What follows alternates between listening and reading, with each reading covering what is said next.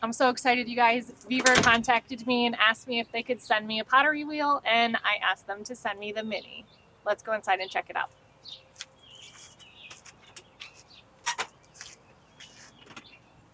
Hello everyone, and welcome to the unboxing part of this video.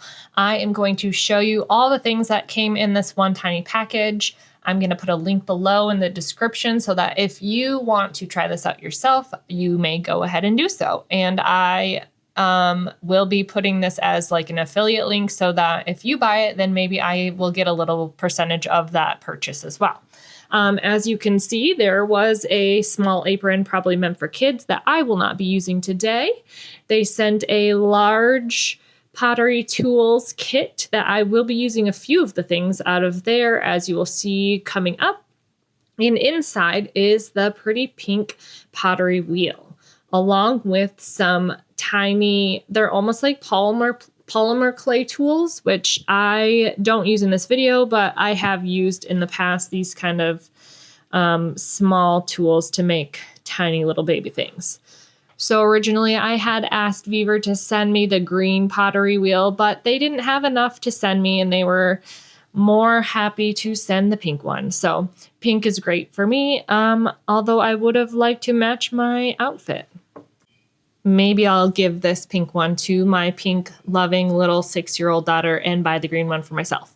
They are only about $30 to $38 depending on which one you choose. But this one I believe is listed for $31 on the Vevor website, which is pretty insane for a little pottery wheel. You will find that it is not super strong, but once you get the hang of it and figure out how to center and pull up your clay, I went ahead and made 75 little pots this day. I was a little over ambitious and measured out 4 ounces of clay, thinking that I could make a nice, decent sized mommy pot. But I quickly found that that was way too much clay, even a soft porcelain, to center on the wheel. And here you will see I cranked it up to almost full speed, and I just kind of went for it the way I always go for it. And you will see the wheel move a little bit, and I think that's because I'm basically holding the part that's spinning. So then the other part just spins the bottom.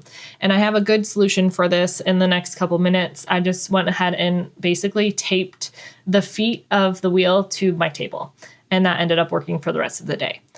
Now, as you can see, my wheel pretty much completely stops. I even turned the knob all the way off and back on, and it did not work. So if you flip that switch down to the off position and then back on, that kind of reset the wheel. So that worked. So don't be too afraid if you accidentally break your wheel. It's not actually broken. Now, when that happened to me, I was a little bit scared to put any more pressure on the wheel. So I tried to figure out how to center and pull up with just my fingertips without trying to put too much pressure on. And you will find that if you really ball up your clay nicely, you won't have to center it too much. I also found that working with 1 to 2 ounces of clay works so much better than trying this 4 ounce. So I went ahead and ripped those balls into half the size that they were, and then went from there. As with anything, it takes a while to figure out exactly what the best way to do something is. So I will be honest, it took me about 25 little tiny pots to find my groove, but after that, I just started whipping them out. And I thought about throwing them off the hump, but I think with this type of wheel, it's better to just throw them straight on the wheel. And it helps give that extra straight bottom so that when you go to trim the next day, they're already quite level. And I found that while I was coning them in at the top, I had to pretty much cut off the rim of every single one of them. And I honestly think that was probably a pretty good practice, because the next day my rims were like perfectly level. So it helped that trim. One other great tip that I found after throwing 75 pots in one day is to cone the clay with your first pull up into that like volcano shape. I found that throwing straight up into a cylinder, it just got a little bit wobbly. And so if you throw into a volcano shape or like a cone shape, and then on your second pull, throw up your walls to be more of a cylinder shape, it keeps the whole pot a little bit more symmetrical and less wobbly. And then you can use your rib tools to pull that out a little bit easier and have not such a thin wall. And I found that having your pots for the magnet portion of this video, like my little tiny pots I make into magnets for the fridge, if you keep your walls a little bit thicker, it gives it just a little bit more stability if, say, like a kid rips it off the fridge and drops it on the floor. You're going to be less likely to break it if you have a little bit thicker of a pot. And the magnets that I use are super strong. So I'm not too scared about having a 2-ounce pot drop off because the magnet isn't strong enough. And I will link the magnets that I use in the description below so that if you want to get the exact magnets that I have, you can do that. All right, so after that first pot, I had figured out that I didn't go all the way down to the wheel. So I kind of just threw it like I was throwing off the hump and cut it off like I was cutting off the hump. Now I wanted to give myself a little bit of a challenge, so I used that extra tiny little bit of clay to throw a little tiny micro vase. And it turned out really cute. And I think at this point, I realized that it was actually easier to throw this little teeny tiny bit of clay into a little teeny tiny magnet. So from here on out, I decided to use much. And you will see after I throw up this wall, I use my little tiny micro ribs that I made on my 3D printer.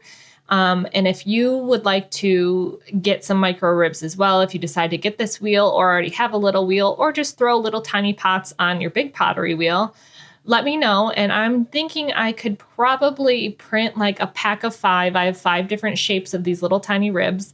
And I was thinking I could make a pack of 5 for like $15. If you guys wanted to buy some of those, please let me know down in the comments, and I will print a whole bunch of them and package them up, and then I'll put them on my website. Or you can comment below and we can figure out how to message each other back and forth.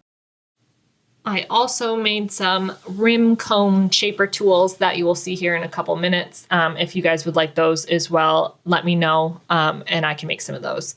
These are the adhesive circles that I use to tape other magnets to my business cards for displays at my show. And so I just ordered these for that purpose, but I had them sitting there, so I decided to try to use them to make it so that wheel didn't slide around the table as much, and it worked really well. That foot on the bottom of the wheel is a little bit concave, so I had to add 2 or 3 of those sticky things to actually get them to touch the table. But I think a little bit of like double-sided tape would also work well, or you could tape it to like something that is movable or heavy that it will always be on if you wanted to, say, glue it to something. But this worked just fine, and I was able to take it off my table and clean the bottom and then add more later next time I went to use it. I will say that it took me about 25 pots to actually get the hang of this. I don't know why it took me so long. It was difficult to center and pull up the clay, but once I figured out what was the easiest, it really went by quickly. I did throw pretty much all day and ended up with about 75 pots. But once you get the hang of it, it really does go quickly, and it's fun to do. The other benefit of having this little tiny wheel is that I can be upstairs. My big pottery wheel is down in my basement, so it will be nice to have this upstairs and be able to keep an eye on my kids and move it around as I want. I can even take it outside if they're playing in the backyard and I kind of want to be with them and watch them and make sure they're not beating each other up. So I think I will probably be using this a lot. People at my last show want a little bit crazy over these pots as well. I almost sold all of them. I marked them way up because I wanted to bring them to my next show, thinking that not very many people would buy them if I just, price them at $20 a thing for a little 2-inch pot. But I sold almost all of them. I only have 4 left, and I actually had someone just contact me yesterday asking for the last 4. So she's coming to get those tomorrow. Luckily, I'll have enough for my next show, but here is the price breakdown for these and what you could be selling them for and the profit you'll be making off of them if you decide to do this. So the clay I use is standard 213 porcelain. It costs 77 cents a pound. If I am using 2 ounces for my magnet pots, that costs about 10 cents per vase. And my magnets are in a 40 pack and they cost $17.83, which is about 45 cents per magnet. So the total cost, not counting the glaze, is about 55 cents per vase. Now, depending on what you put on top of it, if you use a really fancy glaze, it might go up a little bit. But if you're only using underglaze, like I am in most of mine with a little bit of clear glaze on top, I don't even know if you could count the price. I mean, it's just a couple drops of glaze. So I'm not going to calculate that. So the total profit for these little tiny vases that I charge $20 a piece for is $19.45. And as I said earlier, I made 75 of them in one day.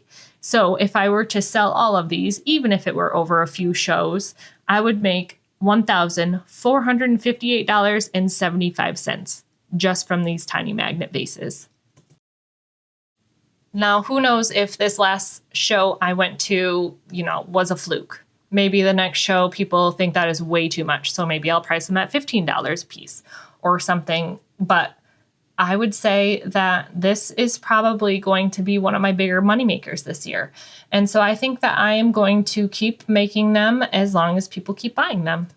And if you're curious how I am doing for the next shows and how they sell, I have about 12 or 13 more shows to go this year. Hit that subscribe button and I will be talking about all of my shows in the next couple months to come. Actually, I have them through November. So follow along, go back and watch my last show. I break down all the money I made and the costs and how I set up and all the things. And I will link all of the things as I go. So all my tablecloths, my tent, all the things I use. And as my shows go along, I will let you know what sells and what doesn't sell, and add on my price breakdown for all the things. I keep pretty meticulous records of all the things I've bought and all of the income I have. So I will bring you guys along and help you figure out how to do this yourselves if that's something you're interested in. Now, after I'm all done throwing, I put all of my pots in the middle of that wear board by Grand Rapids Pottery Forums, GR Pottery Forums. And then I just covered the whole thing with like a Tupperware bucket, like a storage bin. And they stayed nice and moist until the next day. In fact, I had to let them air dry for a little bit longer because they were a little bit wet when I went to go trim them. When I first tried to trim on this wheel, I decided to just center it and put little lugs of clay. And that worked just fine. But I found that the lugs of clay were getting dried out and they weren't sticking to the wheel. And I had a couple fly off and it was just taking too long. So after this pot, I decided to dip the rim of the next pot into a little bucket of water and try to stick it to the wheel. And that worked so much better and quicker. But I found that it did distort the rim a little bit when I took it off. So like I said earlier, I made that little rim correcting tool and I made 6 different shapes. So even if my pots were much different shapes and sizes, I had a different tool to fix that problem. I find that in the end, these are so much better than the first ones I made because trimming and adding my logo stamp on them really made them look so much more professional than my other ones did, and they look so much better as a little set. When I was trimming them on my big wheel, I found that it was much harder because I was trying to hold them with another little vase and it just wasn't fitting correctly. I know you could probably figure out how to do this on your bigger wheel, but I will say that it's so much nicer to do on the tiny wheel. And here's that little tiny rim correcting tool. It's so much easier to use than trying to fix the rim with your finger. You just push it in there and it takes the shape of that tool. You do have to, clean up that little bit of excess clay that might get scraped down from the tool. But like I said, I made 6 different sizes of this little tool. So finding the right one for each. As you can see, I decided to put it on the wheel and just push it down. And I found that to be the best and fastest way. Push it down, then flip it over and do your stamp and just kind of get into the flow of the way you have to do it and the fastest you can be. My little tiny Maker's Mark turned out so cute too. I made a bunch of different sizes for that, but I ended up just going with the biggest one. I think it's the easiest to see. And maybe if I did tinier pots in the future, that, I don't know, maybe for like doll houses or something, I could use those little ones. But this was the biggest one I had, and I think it really makes kind of a great impact. It looks really professional. And that's the end. After this, you just bisque them and glaze them, and they turn out so cute. There's the leftovers from the last show. And I just want to say thank you again, everyone, for watching this far, and like and subscribe. See you next week.